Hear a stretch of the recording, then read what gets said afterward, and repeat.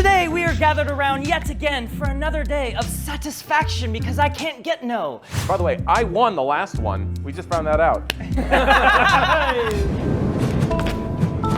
Got 20 million views on YouTube Shorts. But what's crazy about that though is that my render was the one that won at first. It was the only one that hit 1 million views and is stuck there for like a month and a half. And then out of nowhere, Sam's render went into friggin' orbit. And yes, we are joined today by a very special guest. We got Sam here, the nude robot in the flesh. Fully clothed today. You can call me nude. I would say my specialty is probably making really unsatisfying renders, which is why I've been chosen today. To reach from the bottom of horror to turn it inside out and create the most satisfying thing the world has ever seen. What I learned from Ren in the last go-around is sound design comes first. Crisp. And also, one thing you did that I absolutely loved, 60 frames per second. Good Lord, that buttery smooth. I've been doing 24 frames per second. What a monster! No, it's crazy. It's up to you to decide what you think is satisfying, but the ground rules, it's gotta loop, it's gotta have good sound design, and it's gotta be formatted for your experience. I'm gonna make a radio version too. A radio? Radio! Yeah. Radio! Okay, so we're gonna take a week here, we're gonna make some cool stuff, and we'll meet back up and watch these renders. If we're not satisfying you in this video, we don't deserve this job. Satisfying renders! Why are you down here? I have a confession to make. I'm a poser. I don't have any ideas, especially not good ideas. I don't know how to step myself up anymore. This is how it always starts though. We film this kickoff and I'm sitting here being like, yeah, this is gonna be great. And then I sit down at my desk and be like, I have no idea what I want to do. Zero idea. At least last time, I had like an inkling of an idea. I was like, something with magnets. I'll figure it out. I've got nothing now. Brandon Latch once said something very profound. Shower thoughts only work when you put in the work. You have to actually spend time trying to brainstorm something, trying to think of something, and at the end of it, you'll have made no progress and you'll be discouraged. But then randomly, later in the shower, doing something completely unrelated, the idea hits. I've got an idea that I think is gonna be good. I wanna make a jelly guy. A jelly? A jelly guy. Jelly is satisfying because it's like that flubby, flobby, flop. You know what I mean? Like that's enjoyable. But the thing is, the jelly guy's just for the cute factor. What I really want in my head, where there's a samurai in the middle who is perfectly dodging all the attacks of the samurai around him. I see it in my head. I need to make a jelly guy, make him flexible, and then just start avoiding those sword cuts. I think that will be a satisfying thing. What I do love making is like little worlds, little satisfying worlds. I was just in one of the most satisfying places on earth, Yosemite National Park, and I was feeling very inspired. Because I'm a compositor, I want to try to figure out something that isn't fully 3D. And it's just like, how do I get that loop to happen? Is camera shake inherently unsatisfying? Those are the things I want to try to figure out. For some reason, I was thinking about finger running. It's fun to do, but like there's a moment in finger running when you start to do like parkour or like Naruto running with your fingers where you're like, you know, it's like, how cool would it be to kind of visualize a really sweet like finger running parkour course or something like that? What would it look like? My hand's actually never gonna be moving from this very spot, but I'm gonna be tracking the environment to my fingertips as I go around. So the motion of this shot is gonna be largely determined simply just by how I'm moving my fingers. It's literally just, that's how fast the camera's gonna be moving. So Yeah, it's like a huge obstacle course with lots of wacky, zany textures. And so basically we're zooming around town here. We're making our way downtown, walking fast. Let me summarize the thing that kept me up at night trying to figure out how to do this video. Let's say you're filming a shot of someone on a green screen as they walk away from you.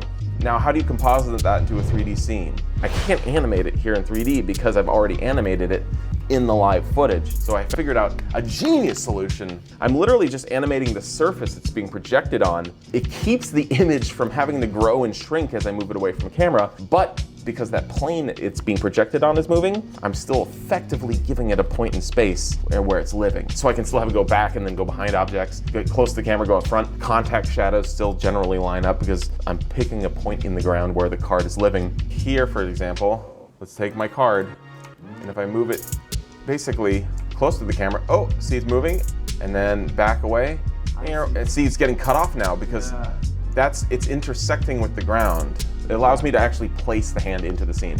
What about like lighting? Right now, these lights aren't treating it like it has depth. So what I did is I created normal maps. I'm using Comfy UI. This is a thing called IC Light. It's been out for a while now, and this is so cool. You take an image and you run this through a big old model. I want a normal map of this bird. Run. So it goes through this, goes through these nodes, boom, boom, boom, generates all these different gradients, boom, boom, boom, boom, boom. So basically it takes your image, imagines it under a couple lighting scenarios and directions, and then is able to basically figure out the normals for that. It's so cool. So basically, I'm taking my hand, I'm running it through this whole workflow here. Boom, now I've got 1,300 frames of my hand, now with normal maps. How satisfying will it be? You know, I don't know. Well, sometimes you never know until it's done. And right now, I'm just trying to make the colors be pretty. Jordan, I wanted to give my condolences about the render challenge. Oh no, did you come up with something cool? Yeah, I've already won. What do you mean? I've already won. What do you mean? It's okay. It's okay. You had a good shot, but you didn't stand a chance. I just want to give you my condolences that you didn't win the render challenge. Yeah, we started it. This guy puts one triangle through one triangle-shaped hole and thinks he's gonna win this challenge. Did you come up with something really cool? Of course. It's simple, it's straightforward, and it's an automatic win.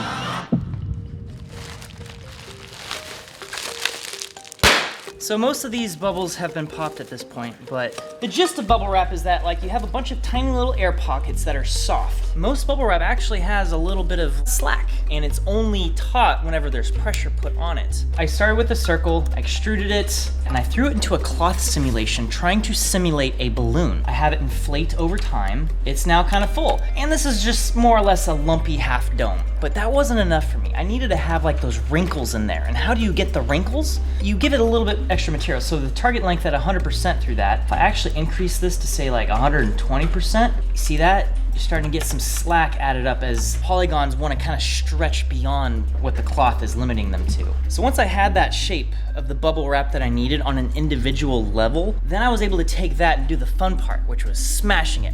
Pah! And this was one of the several that I had. So here, everything that's red is not going to rip. Anything that's yellow can rip. The area in that yellow, once it expands beyond a certain threshold, it knows to tear as long as it's within that yellow region. So I ended up with like a selection of like 5 different bubbles that each were animated of squishing. So I can extrapolate that in an array that can go thousands. But this is where I started running into trouble because look at this. They all just get popped at the exact same time because the animation starts at the same time. This is called instancing, and it's the idea of referencing a single model hundreds if not thousands of times. Using a step modifier, I could then basically delay the keyframes on each of them a certain amount so that it's going sequentially left to right. Able to get all the simulations staggered in such a way that they would match up with a rolling pin going across them, and that worked really nicely. Getting a translucent plastic shader, bring down the opacity on it, you also make it a thin-walled specular material, you make it really rough, and then on top of that you add a coating that is very glossy. You end up with this look right here, essentially. None of this works if I don't have sound design, and of course, you know me, I'm all about getting that good, satisfying sound design, and I gotta do it myself. So before I do sound design for my satisfying render, I want to tell you about our satisfying sponsor, Squarespace. A lot of S's. Satisfying. The main thing to know about Squarespace is they make it really easy, really flexible for you to build a professional website to fulfill any need you want. That's not even like a talking point. That's just straight up just what they offer. And you can take it to their next level by using their design intelligence, which uses cutting-edge AI to allow you to tailor your website to your exact needs. If one of your needs is to sell satisfying products, well, there's a very satisfying approach to doing that with their online stores and their payment methods. You can even print your shipping labels directly through Squarespace to streamline the whole fulfillment process. And with Squarespace Payments, you can give your customers a huge variety of payment options from like Klarna, ACH Direct Debit, Apple Pay, Afterpay, ClearPay, so many pays, all in one. And if you want to get satisfied today, just go to corridorcrew.com. What? Go to squarespace.com/corridorcrew and you can get 10% off your first purchase of a website or domain. Again, that is squarespace.com/corridorcrew. Get it. Do it. Web it. All right, now I'm gonna pop some bubs. Yeah, I'm gonna have the best render. I know it. Ooh, that was pretty good. That was the end of that. This is kind of hard to do. And that's the fun part about sound design, is the layering of all the sound assets that you get. I think everyone can relate to the satisfying nature of just popping bubble wrap. So hopefully I pop that itch for them as well. My goal with these satisfying renders, the last one I did and this one, just like create a little world. Create a little world that you want to spend some time in. I'm actually really excited about this cute little scene. Calm Yosemite landscape across the river, and I've got my two little bear characters here. So the difficulty here is that I wanted this scene to take place on a riverbank. Water is one of the hardest things to simulate in all of CG, but I can fake it. And the way I'm gonna fake it is by using randomly generated noise. Blender and all 3D programs have all kinds of different procedural math equations to add different kinds of randomly generated noise. You can see the ripples in water start to look a lot like these randomly generated noise patterns. You could do all different permutations of this. And you can see even in real time, because it's so cheap computationally, I can be tweaking with the settings, change up the look of it. No simulations needed. And look at that. I mean, that kind of looks like a river. And you can see, look at this little riverbed. There's all kinds of examples of random noise throughout the scene, whether it's like texture on these low poly rocks, like this cliffside. The actual mesh is just this dumpy looking rock that I modeled, and it's just noise that gives you the detail of cracks and the crevices inside of that cliffside. All of the work in this scene is being done by math. You just use noise. I need to make a jelly guy, make him flexible, and then just start avoiding those sword cuts. I think that will be a satisfying thing. 3 hours later. That was the worst idea I've ever had. I built a full jelly character, had a full jelly animation, and I was looking at the final thing going, it would be like getting satisfied from watching someone have a seizure. But that doesn't do it for me. Dial it back, simplify. That's what Ren does so well. Like, what am I doing right now that I could kind of utilize to build something simple? So what I settled on is an infinite zoom into increasingly smaller Lego pieces as they drop into frame. An everlasting build of satisfaction. So when it comes to creating an infinite zoom, I mean, this thing loops on itself so that you can literally watch it for hours or days or years. I knew I was onto something when I was watching this playback, and I just kind of didn't stop watching it for a while. So the challenge here was like, how do you do that, right? The only real way is to have the Lego shrink over time, right? So that proportionally, we're always just as far away from it. So the pieces that are dropping always feel the same size, but since we're always moving in, they have to shrink over time anyway. So as long as I can make a pattern of brick color and animation that's diverse enough before repeating, it should trick the eye and hide the loop. But there's also a style of render that I've always found incredibly satisfying called orthographic perspective. An orthographic perspective is the equivalent of an infinite focal length lens. If you keep zooming in infinitely, eventually you will remove all perspective entirely. That last frame perfectly matches the first one with exactly where the bricks are in the frame to the pixel. You will get a seamless loop to the very first part of that zoom again. But one thing I took out of Ren's notebook, and that's the idea of rendering this at 60 frames per second at 4K. The problem is, I only have access to one machine that can render. Grid Markets reached out and gave me access to all of their computers, which means I can render through them and kick back and keep working on my own. The difference is night and day. I love it, dude. So what would originally have taken me, get this, 2 weeks of rendering was done in 3 hours. Woo! Okay, we have finished our renders. We have come together today to impress the judges, Nico and Austin. Today we got a high bar. You know, coming off the last one, that was really, really good. Sam has 25 million views on this. That's crazy. I want to see 26 million views. Not to boast, but my render is a V1. What? I have to repeat everything exactly the same way as I did the first one if I want this many views again. It's gonna be loud, that's gonna be loud.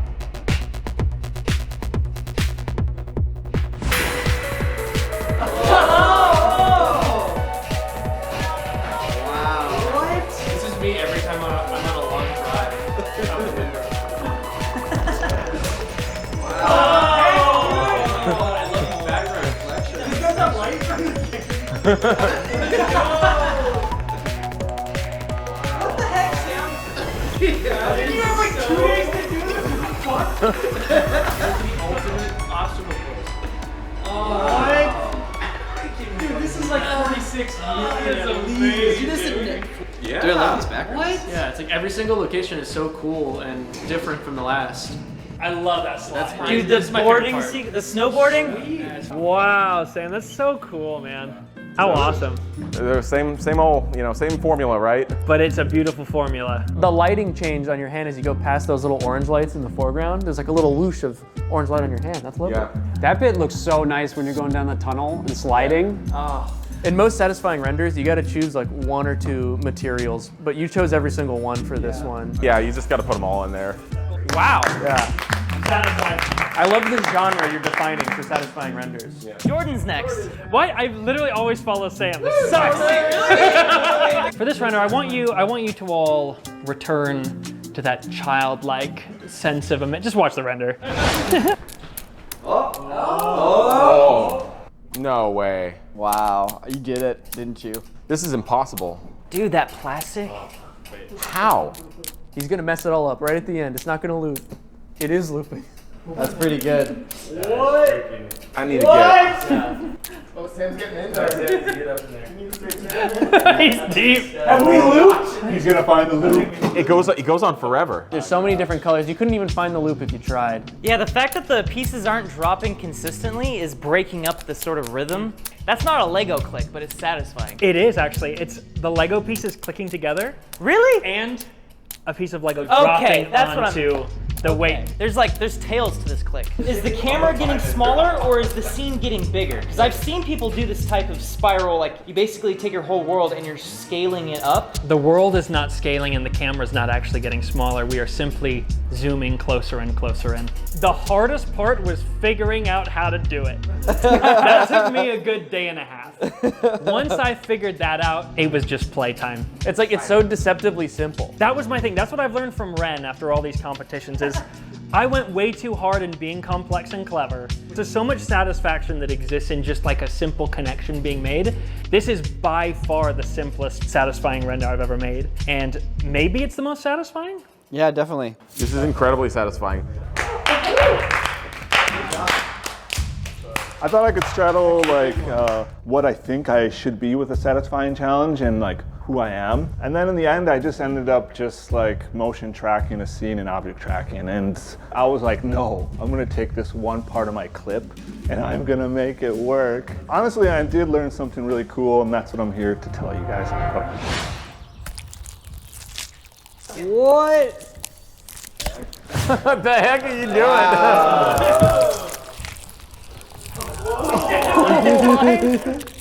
What? Amazing. Dude, freaking rock soup? It's like those squishy balls. That yeah. Rockwini. That's pretty rad, dude. I love the sound design. I love the idea. Like, I wasn't sure what I was expecting, and then like you stuck your hand in it, and it just jiggled like a really satisfying way. And like the lighting's great, the texturing's great, the idea's really cool and unique. Definitely something you would find on a hike in LA. Yeah.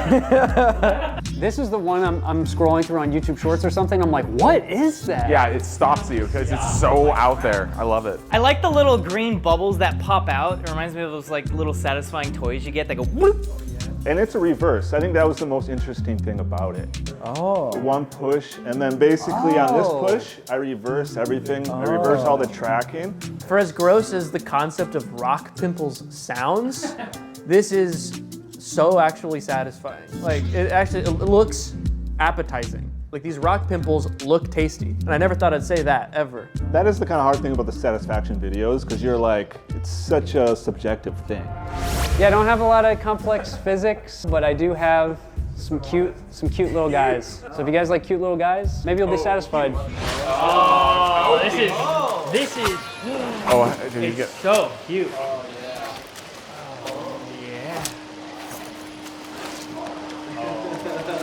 Gee. This animation. Look at this. Wow. Just the best part. Dude, just wasting the rest of that fish. I know that was unsatisfying. No, it's not. It's not because you're giving back, right? The other fish are gonna eat it. It's going back downstream where the population is, brother. I think the other half of that fish is fine. He swims off, you know? He's doing good. He'll grow the back half back. Wow, Dean, this is a lot of animation. I like your animation velocity, if that makes sense. Like when he slices the fish, everything kind of just pauses for a moment and then goes fast again. It's all about the tempo. You know, you have to have your fast moments, your slow moments. Same with like Jordan's Lego thing. It speeds up a lot and then it slows down on the bricks. I love how 2D it is too, like that Lisa Frank like water. The bear chewing is really well animated too. Yeah, with the little mouth going. Doop, doop, doop, doop, doop. How are you doing the bear's mouth? Is that just like a hole in the model somehow? Or? Actually, that's just like a 2D thing I did in Fusion, and it's projected on the bear's mouth. So he has a mouth inside of that mouth mesh, so it's like revealing it. Wait, so you're saying like the bear cub's snout is a opaque texture that has an alpha channel revealing an empty space inside of it. Oh, that's cool. Smart. That's very smart, because I was wondering how you're maintaining the shape of the geometry while having like a hole move around to see into the mouth. Well done. Thanks, guys. The magnets were simple and effective, and I was trying to think of what is another thing that is simple but also makes a very distinct sound that all of us are familiar with. Well. Oh my god! You did it! Oh, you Oh! There you go. This is the naughty satisfying render. This is the naughtiest of them all so far. Oh, god. That's awesome.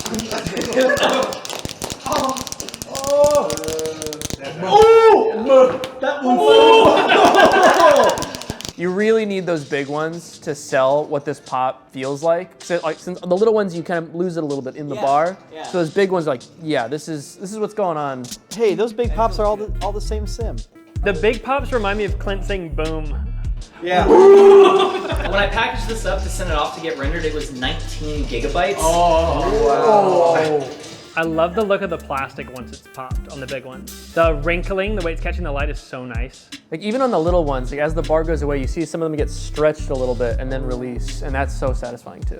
Also the fact that it's like this like boss level bubble wrap, so angelic. And I want a roll of that. I want a roll of that right now. The idea of having like the rhythm change with the 3 big bubbles and back to the little ones, it's like stuff like that doesn't really add any technical overhead. It's just, it makes the piece so much better. Well, Ren, I give this a 10 out of 10. Perfect score for everybody this time.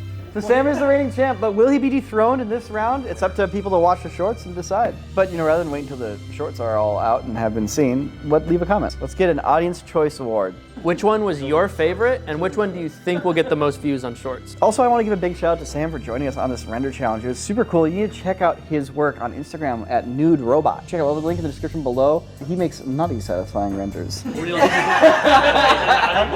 Bye.